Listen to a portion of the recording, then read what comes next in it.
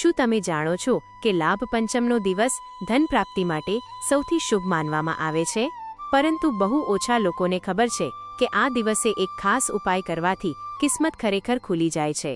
હા, આ ઉપાય એટલો સરળ છે કે તમે પણ ઘરે બેસીને કરી શકો છો.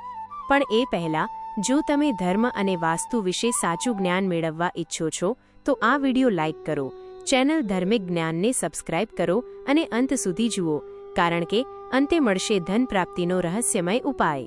લાભ પંચમના દિવસે વહેલી સવારે શુદ્ધ સ્નાન કરીને મહાલક્ષ્મીજીના ચિત્ર સામે ₹1 અથવા સિક્કો રાખો. એ સિક્કા પર હળદર અને કુમકુમ ચઢાવો અને મનથી કહો, ઓમ શ્રી હ્રીં ક્લીં મહાલક્ષ્મી નમઃ. આ મંત્ર 11 વાર જપ કરો. પછી એ સિક્કો તમારી તિજોરી અથવા ધનસ્થાનમાં રાખી દો. એવું માનવામાં આવે છે કે આ ઉપાય કરવાથી આખું વર્ષ ધનની આવક વધે છે અને કિસ્મતના દરવાજા ખુલી જાય છે. અંતમાં કોમેન્ટમાં લખજો, જય મહાલક્ષ્મી.